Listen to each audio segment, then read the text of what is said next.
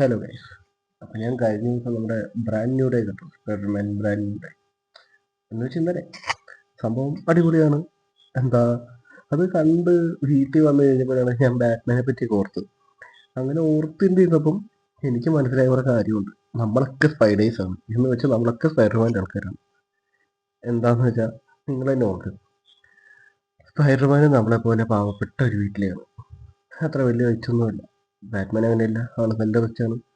പിന്നെ സ്പൈഡർമാൻ നമ്മളെപ്പോലെ സിമ്പിളായിട്ട് ജീവിതം ആഗ്രഹിക്കുന്നത്. ബാറ്റ്മാൻ അങ്ങനെ ഒരു ജീവിതമല്ല, ബാറ്റ്മാൻ റിച്ച് ലൈഫ് തന്നെയാണ്. പിന്നെ സ്പൈഡർമാൻ എന്താ നമ്മളെപ്പോലെ ഒരു പോസിറ്റീവ് ആറ്റിറ്റ്യൂഡിൽ അങ്ങ് പോകുന്നു. എന്തൊക്കെ വന്നാലും ഇച്ചിരി പോസിറ്റീവായിട്ട് തന്നെ ചിന്തിക്കാൻ ശ്രമിക്കുന്ന ഒരാളാണ് സ്പൈഡർമാൻ. നമ്മളും അങ്ങനെയൊക്കെ തന്നെയാണ് എന്നാണ് എൻ്റെ വിശ്വാസം.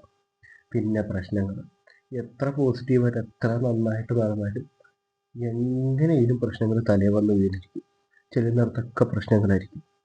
സ്പൈഡർമാൻ്റെ ജീവിതം അങ്ങനെയാണ്, നമ്മുടെ ജീവിതവും അങ്ങനെയാണ്.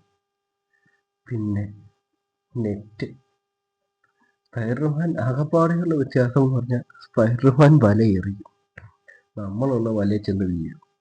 ഇതല്ലാതെ വേറൊരു മാറ്റവും ഇല്ല നമ്മൾ സ്പൈഡർമാനും തമ്മിൽ. എന്താല്ലേ? അതെ, നമ്മൾ സ്പൈഡർമാൻ്റെ ആൾക്കാർ. So yes, we are spiders.